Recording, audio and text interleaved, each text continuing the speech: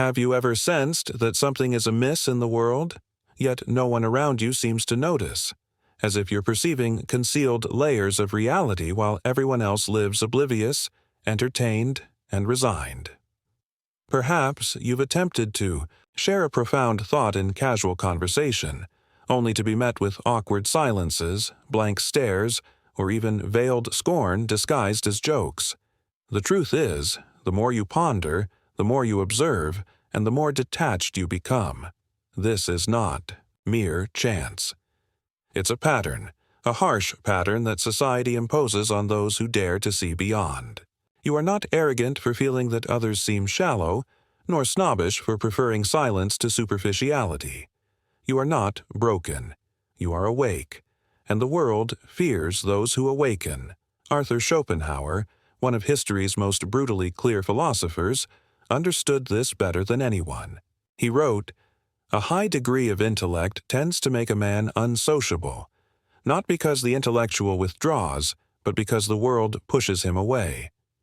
Deep intelligence, the kind that transcends mere fact repetition, that questions the essence of things and faces existence's pain with honesty, is seen as a threat. Why? Because it challenges what people most want to protect: their illusions. We live in a society where it's acceptable to display wealth, beauty, even power, but not wisdom. True wisdom is unsettling. It strips bare, illuminates what was comfortably hidden in the shadows, and most prefer to remain blind than face the truth you can no longer ignore. If you're watching this video because you feel out of place, misunderstood, perhaps even unwanted, know this: it's not your fault. It's the price you pay for seeing too much. But there is strength in this, greatness in this, and a possible path, not to fit into a world not made for you, but to learn to exist with wisdom within it, without losing your essence. This video is a conversation not with the masses, but with you, with those who are tired of being called too complicated, with those who have learned that thinking is sometimes an act of solitude, but also an act of courage. And that's what we're going to talk about. If this resonates with you, keep watching, because finally, someone is going to say what you've always known, but no one has had the courage to admit. The discomfort you feel when trying to be yourself in social environments is not a delusion. There's a deeply rooted psychological mechanism that explains why intelligent people, especially those who think critically, analytically, and existentially, often provoke negative reactions, even without doing anything offensive. This phenomenon has a name: the mirror effect. When you enter an environment and start speaking more deeply, questioning accepted ideas without reflection, or simply demonstrating clarity in your thinking, something happens within the other person. A kind of internal short circuit.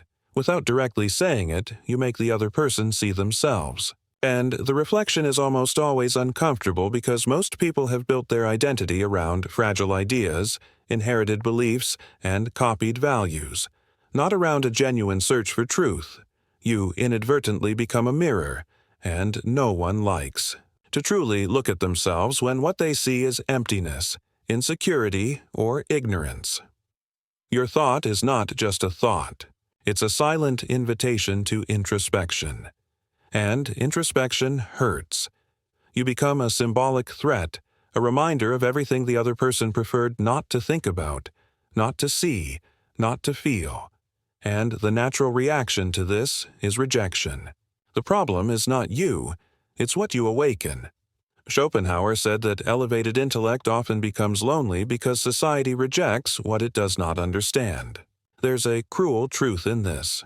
When someone rejects you for being deep, they are often just trying to protect the image they have of themselves. It's not rational. It's instinctive, an ego defense mechanism. That's why, when discussing existential themes, reflecting on the human condition, or questioning social norms, you feel like you're invading forbidden territory. You are unwittingly threatening a mental structure built to keep that person safe within the illusion. They don't want to wake up. They want to continue sleeping peacefully. and you are the alarm clock. But don't think this is a modern phenomenon. Throughout history, great thinkers have been marginalized, ridiculed, or silenced precisely for this reason, not because they were wrong, but because they dared to be the mirror in a room full of masks. The question is, why does society prefer to maintain these masks, even when the truth is within reach? What is so frightening about thinking deeply? The answer lies in the next point, where we will explore why society prefers comfort over truth, and why intelligent people are constantly pushed out of the system. Get ready, because now we are going to touch the wound. If this content is making sense to you, click the subscribe button and subscribe to the channel. Thank you for your support. DT. Truth itself is unbearable for most people. It hurts, destabilizes, and uproots what we call normality. That's why society, as a living organism, has built a powerful survival mechanism. It prioritizes comfort above all, not the truth, and everything that threatens that comfort is immediately rejected. Deep intelligence is not just the ability to accumulate knowledge. It's the skill to see hidden patterns, question the obvious, and distrust common sense. But here lies the problem. Common sense is what keeps society functioning. It sustains routine, order, and social roles. The truth, when revealed by someone who sees beyond, disrupts all of this. That's why the deep thinker is not seen as a wise person. They are seen as a problem. Schopenhauer understood this clearly. He believed that most people live in a state of voluntary illusion, driven by what he called the blind will. They don't want to understand the world. They just want to survive in it with the least discomfort possible. The search for truth, therefore, is an antisocial activity. It requires rupture, courage, and worse, a willingness to lose what once seemed certain. And no one wants to lose what they have always believed, even if it is a lie. That's why society rewards the obedient, those who do not question. The student who repeats formulas without reflection gets good grades. The employee who follows orders without thinking gets promoted. The citizen who believes what the majority believes is considered good. Meanwhile, the one who thinks for themselves is seen as arrogant, problematic, subversive. That's why you feel out of place. You represent the exception that threatens the rule. It's no coincidence that the most consumed content on social media is quick, superficial, and sensational. Intelligence is frightening because it requires pause, and stopping to think in this world of distractions is almost an act of rebellion. While the masses chase instant gratification, the thinker walks slowly towards discomfort, and that makes them dangerous. The system, culture, and even educational institutions have been shaped to keep you distracted, not awake. Since childhood, we are trained to fit in, not to question.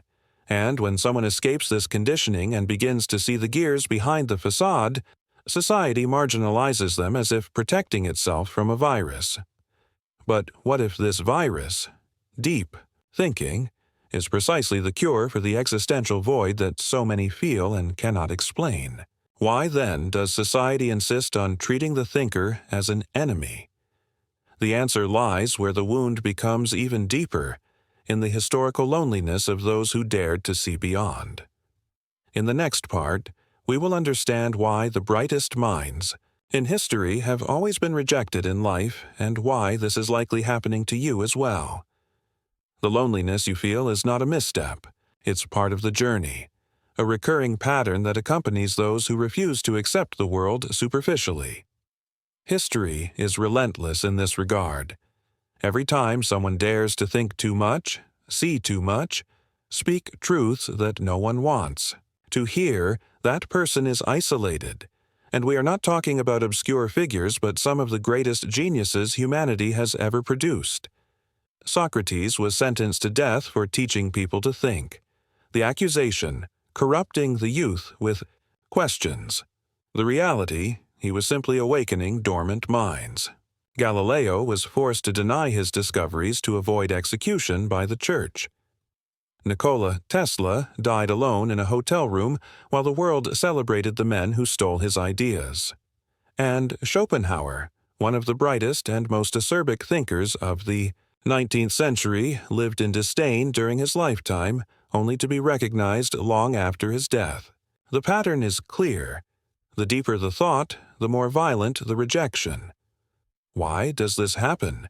Because the thinker is an anomaly in the system. They do not fit in, do not repeat, do not obey. They observe from the outside, question what everyone accepts, and worse still, point out the contradictions that no one wants to see. This generates discomfort, resentment, and fear. And society does not forgive those who make it look in the mirror. This rejection does not come only from institutions or authorities. It comes from the small interactions of everyday life. It comes from that conversation where you realize you need to stay silent to avoid being labeled as too intense. It comes from the constant feeling of not belonging anywhere. It comes from the frustration of not being able to connect with people who live anesthetized by empty distractions. You talk about silence. They talk about reality shows. You question the meaning of existence. They ask if you've seen the latest viral meme. And over time, you begin to silence yourself, not for lack of voice, but for lack of ears. Society does not know what to do with those who see too much. Therefore, it turns the thinker into a lone wolf.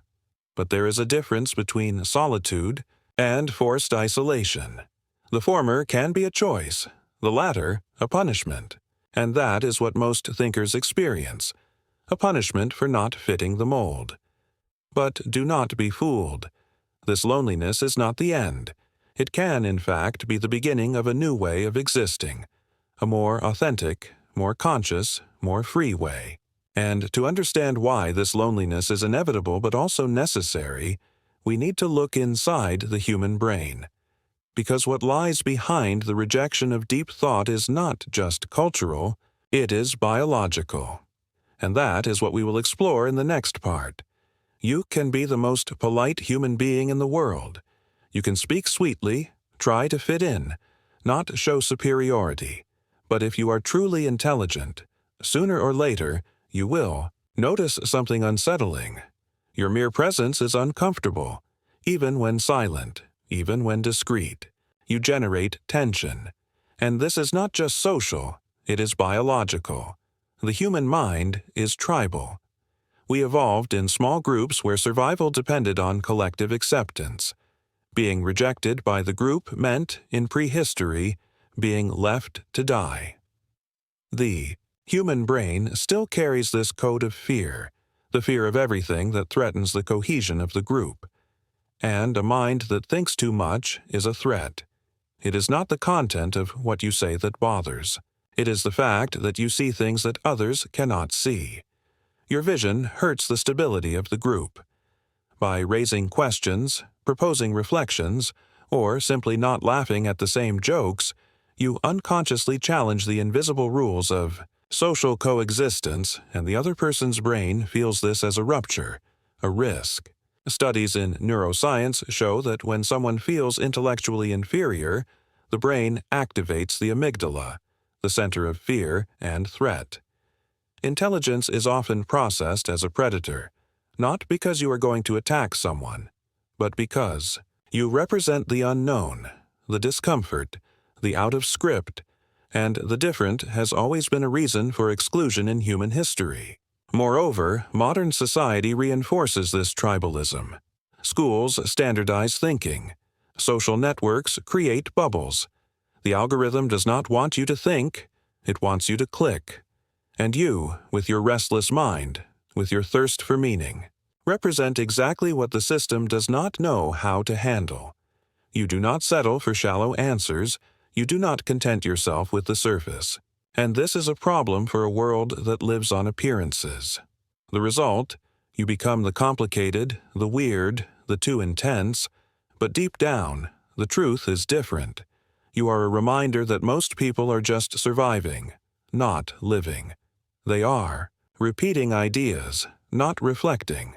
They are anesthetized, not conscious. But what to do with this burden? How to live in a society that seems to have no space for minds like yours? How to preserve your lucidity without being crushed by the weight of rejection? This is exactly what we will explore in the next part. If you feel that your intelligence sets you apart and want to understand why this happens on such a deep level, you'll find real value in my ebook, Beyond the Shadow. It breaks down Jung's core ideas and gives you tools to navigate the loneliness of seeing what others can't. The link is in the pinned comment. If you have made it this far, it is because you understand the weight of carrying a mind that doesn't fit in. And no, you don't need to fit in, but you need to learn to survive. And more than that, to thrive, even in a world that seems to have been made to silence people like you. The question now is not to change who you are, but to transform your clarity into strength, your sensitivity into wisdom, your solitude into a temple. Arthur Schopenhauer, with all his philosophical harshness, did not believe that the world was a fair place for the intelligent. For him, the elevated mind would inevitably be lonely, but not a sad loneliness, rather a chosen solitude. He argued that the thinker should embrace isolation as a refuge, not as punishment, because it is in silence, introspection, and distancing from the masses that the mind finds clarity. Solitude is the fate of all exceptional spirits, he said. If you feel that no one understands you, that conversation has become exhausting, that social environments drain your soul, perhaps it is time to stop forcing yourself. Stop fighting for acceptance where there is no fertile ground for depth. Instead, start to select people, places, conversations. Trade quantity for quality. A single true dialogue is worth more than 1,000 empty interactions. And no, this does not mean living isolated from the world. It means finding a way to live in the world without losing your identity. A valuable trick is to learn to modulate your language. Not every place deserves your depth. Not every listener is ready for your vision. This is not censorship. It is strategy. Schopenhauer himself said, "Never share the depth of your thoughts with those who live on the surface." Use your intelligence as a selective mirror. Show the reflection only to those who have the courage to look. Another key is to cultivate spaces for expression and expansion. It could be a journal, a channel, an art form. Put your mind to create, not just to reflect.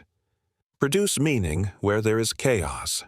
Intelligence, when it finds no outlet, implodes, but when channeled, it transforms the invisible into beauty, language, and impact. And finally, find your own, even if few, even if distant. The Internet has allowed scattered souls around the world to connect. Reading groups, philosophical forums, deep conversations, and private messages. All of this can be a sanctuary for minds like yours. Your tribe exists. You just need to stop seeking approval in the wrong places. But even with all this, there is a truth we need to face with maturity. Being intelligent in a world that fears intelligence will continue to be a challenge. And the deeper you go, the lonelier the path may seem. But there is a hidden gift in this journey, and that is what we will reveal in the last part. The silent gift of seeing what others do not see, and how to turn that gift into power. Prepare to see your own value with new eyes. There is a price to pay for seeing too much, for thinking too much, for feeling too much. It is the price of awareness. And awareness, contrary to what is preached out there, does not bring peace. It brings truth. And truth almost always hurts. You have probably tried to be like others. You have tried to fit in, to be silent, to mold yourself. You have tried to seem less intense, less analytical, less you. But every time you did that, something inside you died a little, because there is no freedom in hiding, only exhaustion. And the world, which rejects you for being different, also does not reward you for pretending to be the same. But here's the twist. What makes you excluded is exactly what makes you necessary. The world needs eyes that see where others do not. It needs voices that challenge comfort. It needs minds that do not submit to the superficial. And you are one of those minds. It's not about adapting, but about positioning yourself. About using your clarity as a tool, not as a burden.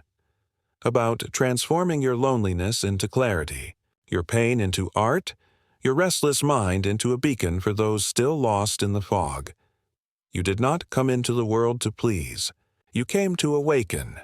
Yes, this may mean walking alone for a while, being misunderstood, being excluded from certain circles, ignored in certain environments. But do not be fooled. The masses do not reject you. They reject what they are not yet ready to understand. And everything that is new, true, and powerful has always been ridiculed before being recognized. Schopenhauer, Nietzsche, Pascal, Tesla, Turing, all were marginalized in life. All were considered too much. And, ironically, it was they who shaped the future. You carry that same spark.